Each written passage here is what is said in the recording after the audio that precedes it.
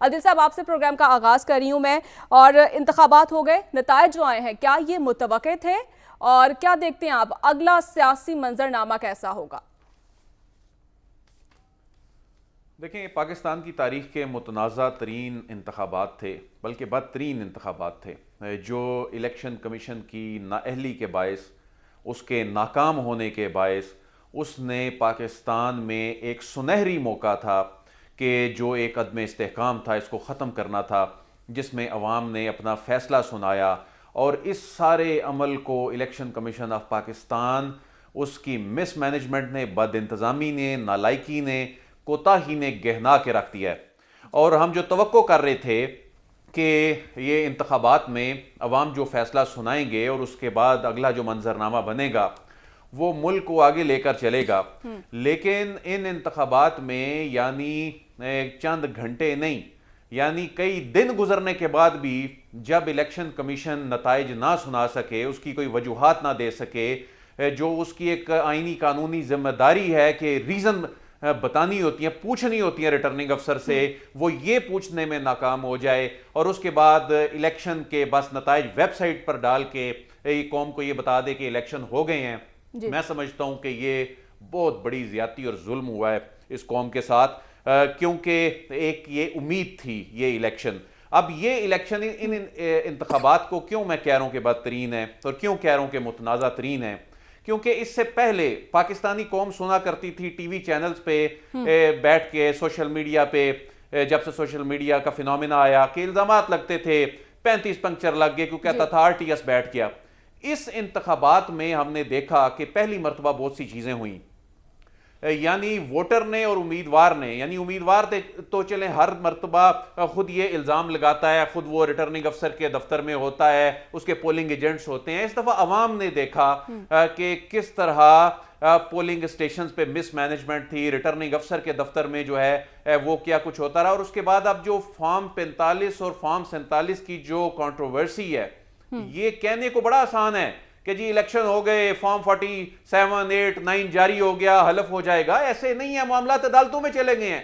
तमाम बड़ी शख्सियात के केसेस तो अदालतों में और इलेक्शन कमीशन में चले गए हैं। अब वहां पर एक जमात कह रही है कि हमारा फॉर्म 45 ठीक है। फॉर्म 45 नाजरीन को एक दफा फिर हम बता दें, जो पोलिंग स्टेशन पे कंपाइल होता है रिजल्ट, तो तमाम पोलिंग स्टेशन का रिजल्ट कंपाइल होने के बाद फिर फॉर्म 47 में ट्रांसलेट होता है। एक जमात कह रही है जी हमारा फॉर्म 45 ठीक है, दूसरी जमात कह रही है हमारा फॉर्म 45 ठीक है।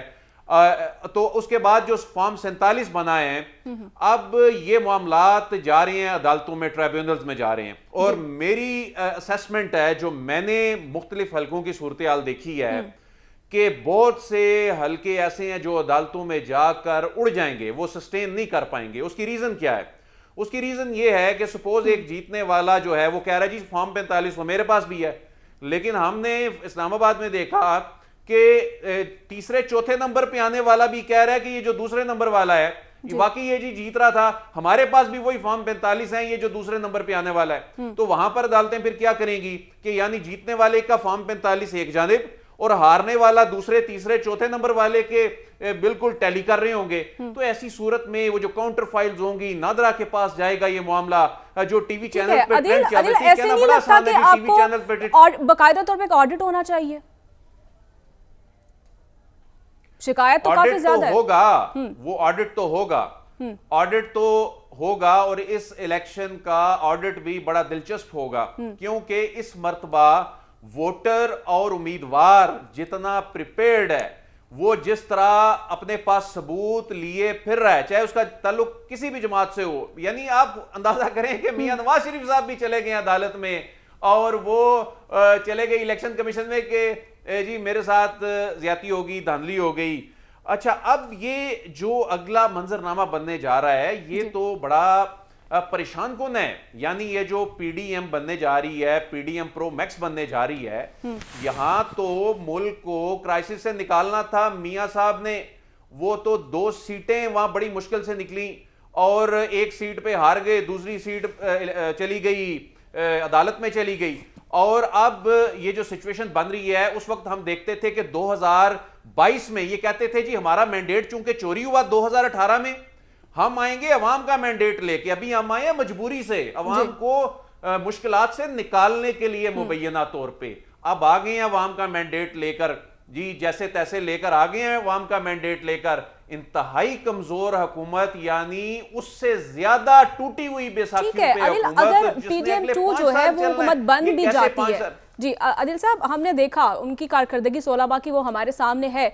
अगर पीडीएम जो है वो 2 बन जाती है तो क्या लगता है आपको कि क्या वो मजबूत फैसले करने में कामयाब होगी इस बार? देखें, मजबूत फैसले कॉन्फिडेंस से होते हैं। जब आप विक्ट्री स्पीच दे रहे हो और आपका कॉन्फिडेंस, आपकी जुबान आपकी साथ ना दे रही हो, आपको मालूम हो कि असल में हुआ क्या है, आपके साथ जो जीते हुए लोग हैं वो लोगों से मुबारकबाद वसूल करते हुए शर्मिंदगी महसूस कर रहे हो, आप अपने हलके में ना जा सकें, उसके बाद आप फैसले क्या करेंगे? ये फैसले तो होते हैं कॉन्फिडेंस से, आपके पीछे अवाम खड़ी होती है। ऐसी सिचुएशन में ठीक है, इन चीजों का फैसला जाके अदालतों में होना है। हम ये नहीं कि किसी पे इल्जाम लगा रहे हैं, लेकिन ये मुतनाजा तरीन और दागदार तरीन इलेक्शंस, अगर कोई मेरिट पे भी जीता है इसमें, ये मुतनाजा तरीन दागदार तरीन इलेक्शंस के बाद आपके पास कॉन्फिडेंस ही नहीं है। जब एक चीज एस्टैब्लिश्ड है, इंटरनेशनल मीडिया जिस तरह से इंटरनेशनल मीडिया ठीक है अदिल, आप जिस तरह से कह रहे हैं वो कॉन्फिडेंस जो है वो दिखाई नहीं दे रहा है। जी बिल्कुल ठीक है।